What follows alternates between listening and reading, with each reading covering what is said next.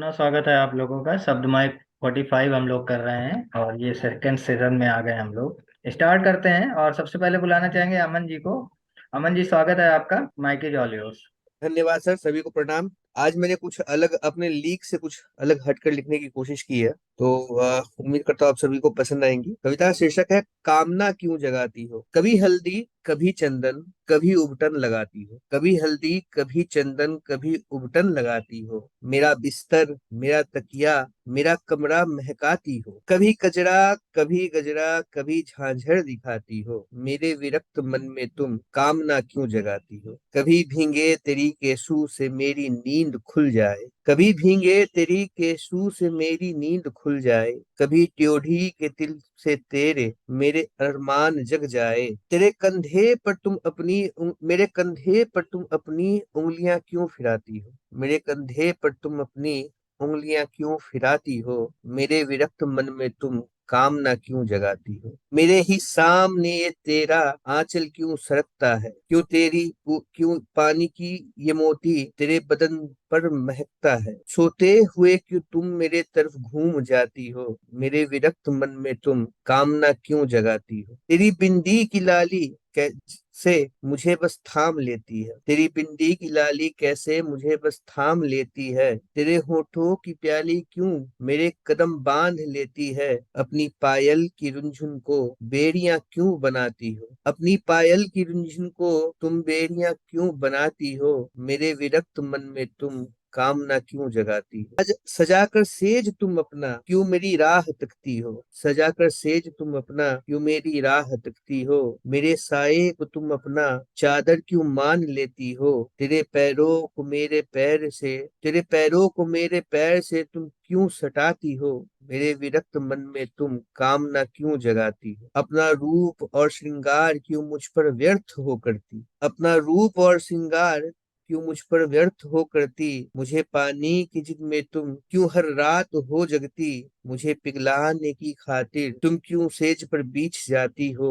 मेरे विरक्त मन में तुम कामना क्यों जगाती हो। मेरे विरक्त मन में तुम कामना क्यों जगाती हो। नहीं कोई कमी तुम में मगर थोड़ा समय तो दो। नहीं कोई कमी तुझ में मगर थोड़ा समय तो दो। नहीं कोई कमी मुझ में अगर तुम साथ मेरा दो। ये बंधन नया है, ये बंधन है नया अब तक तुम इतना क्यों मचलती हो। ये बंधन है नया अब तक तुम इतना क्यों मचलती हो।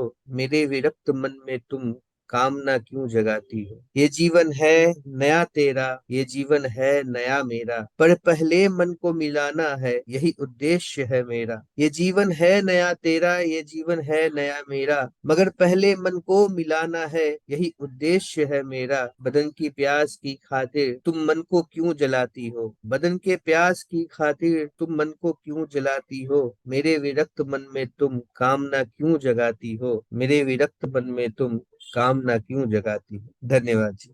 बहुत सुंदर कविता बहुत मार्मिक थी, कविता बहुत को। सुंदर लगी। मैं तो बहुत चलते हैं फिर अगली परफॉर्मेंस की ओर। हमारे साथ सुर सम्राट काफी वरिष्ठ कवि हैं हमारे सत्येंद्र जी। स्वागत है आपका। Mic is all yours. मंच को नमन करता हूँ। एक्चुअली पिछले सप्ताह जो है बिरसा मुंडा जी का जो है जन्म दिवस मनाया गया, उनका दिवस मनाया गया। उसके उपलक्ष्य में मुझसे कहा गया है कि कविता लिखो, तो मैं विकिपीडिया के थ्रू गया, कुछ इंफॉर्मेशन को इस कविता में पिरोने की कोशिश की। पलट के पन्ने देखो समझो कुछ अपने इतिहास को, बिरसा मुंडा के साहस को, उनके हर तप त्याग को। एक विलक्षण बच्चा जन्मा रांची के उलिहातू में, अद्भुत दृढ़ निष्ठा का स्वामी गुड़ जैसे की साधु में। मात पिता करनी सुगना की तप का जिनके ऋणी रहा, बिरसा अभियानों का मुद्दा जल जंगल और जमी रहा। आओ समझे हर गाथा को, उनकी हर एक बात को, पलट के पन्ने देखो समझो कुछ अपने इतिहास को। बिरसा ने बिरसायत बनाया, बढ़ चढ़ कर थे लोग जुड़े, पथ जो पकड़ा एक बार यदि कभी वो पीछे नहीं मुड़े। मातृ उम्र थी 24 की जब बिरसा मुंडा हुए शहीद। झूम रहे जो जुबा जुबा पर कथा कहानी बनकर गीत। आओ मिलकर याद करें हम वीरों के सम्राट को।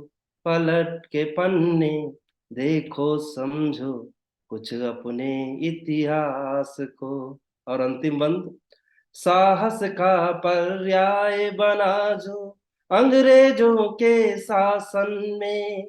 चुंबक सा आकर्षण था कुछ जिसके अपने भाषण में। दूरदृष्टि का अंकुर पनपा जिनके सोच विचारों से। नहीं हुआ भयभीत तनिक भी शासन के क्रूर प्रहारों से। समझे उनकी सोच समझ को और उनके वनवास को। पलट के पन्ने देखो समझो कुछ अपने इतिहास को। पलट के पन्ने देखो समझो कुछ अपने इतिहास को। जय हिंद। जोरदार बहुत तालियां हो सुंदर, जाए सत्येंद्र जी के लिए। बहुत सुंदर। आवाज तो बहुत मधुर है ही, और गीत भी उससे बढ़ के है। बहुत बहुत सुंदर, काफी बहुत सुंदर। काफी कुछ लोगों को इस धन्यवाद। कविता के माध्यम से सीखने को मिलेगा, बिरसा मुंडा के बारे में मुझको जानने को मिलेगा। तो बहुत बढ़िया कविता थी सर। चूंकि समय है, मैं 2 मिनट और लूंगा। तो फिर क्या हुआ, संविधान पे लिखो, तो फिर मैंने संविधान विकिपीडिया पे फिर गया, फिर उसमें पढ़े और फिर जो है कविता में पिरोने की कोशिश की। अगर जो वक्त हो तो 2 मिनट लूंगा, नहीं तो स्वागत है, आपको जी। स्वागत देश है आपका। प्रगति पथ पर है बढ़ते अपने विधि विधान से। आओ थोड़ा कर ले परिचय अपने संविधान से। बंद है। 25 भागों में है विभाजित जहां कड़ी से कड़ी जुड़ी। 470 अनुच्छेद है विषय वस्तु की बृहद लड़ी। 105 हुए संशोधन और 5 अनुलग्नक हैं। 12 अनुसूचियां हैं जिसमें सबकी सब चिर सम्मत हैं। कर्तव्यों का निर्वाहन कर निपटे हर व्यवधान से। आओ थोड़ा कर लें परिचय अपने संविधान से। और अंतिम बंद। उद्देशिका एक प्रथम पृष्ठ पर अंकित और सुशोभित है। अधिकारों की बात निहित है जो कि गहन सुशोधित है। 1950 जनवरी 26 से यह लागू है। जिसके दम पर देश संगठित कोना कोना काबू है। सबको हक निरपेक्ष मिले हैं जियो सभी सम्मान से। आओ थोड़ा कर लें परिचय अपने संविधान से। जय हिंद। बहुत बहुत बहुत बेहतरीन सर, बहुत बेहतरीन। तो अभी हमारे देख साथ में एक युवा संविधान कवि कह भी रहे जुड़े थे। हुए हैं, हमारे युवा कवि। तो प्लीज वेलकम आलोक जी, स्वागत है आपका माइकी जॉलीवुड। Thank you. धन्यवाद आपका शैलेश भाई। तो एक मेरी ये मन की अभिलाषा है, और आप लोगों की जो अभिलाषाएं, जो मैंने जैन साहब की सुनी और या आपकी सुनी, उससे थोड़ी सी अलग है। आपका सभी का तवज्जो चाहूंगा कि मेरे जीवन के वनस्थल में, मेरे जीवन के वनस्थल में बस केवल एक सिहरन है जीवन में, जो न कभी न आई कोई किरण है। एक किरण के ना आने से जीवन की बगिया है सूनी, सींचा जिसे मैंने तन मन से, बगिया बगिया ना बनी। तो ऐसी ही इस बगिया में, तो ऐसी ही इस बगिया में न कोई फूल न कोई भ्रमर है। मेरे जीवन के वनस्थल में बस केवल एक सिंहरण है। एक किरण के ना आने से जीवन का पथ हुआ वीरान, बिखरे पड़े हजारों पत्थर, लगता जैसे कोई शमशान। तो ऐसे ही इस पथ पर केवल उजड़ा हुआ चमन है। मेरे जीवन के वनस्थल में बस केवल एक सिंहरण है। सिंहरण मतलब आप समझ रहे होंगे कि एक पीस। उसको मैंने ऐसे, तो मेरे जीवन के वनस्थल में बस केवल एक सिंहरण है। मेरे जीवन के वनस्थल, अब एक अभिलाषा एक व्यक्त की है भगवान से कि एक किरण के ना आने से जीवन का पथ हुआ वीरान, बिखरे पड़े हजारों पत्थर जैसे कोई शमशान। तो ऐसे ही इस पथ पर केवल उजड़ा हुआ चमन है, मेरे जीवन के वनस्थल पे बस केवल एक सिरण है। और मेरे जीवन के वनस्थल में भगवान एक किरण तो ला देना, मेरे जीवन के वनस्थल में बस भगवान एक किरण को ला देना, या फिर मेरी वनस्थली को मरुस्थली बना देना, या मेरी वनस्थली को मरुस्थली बना देना।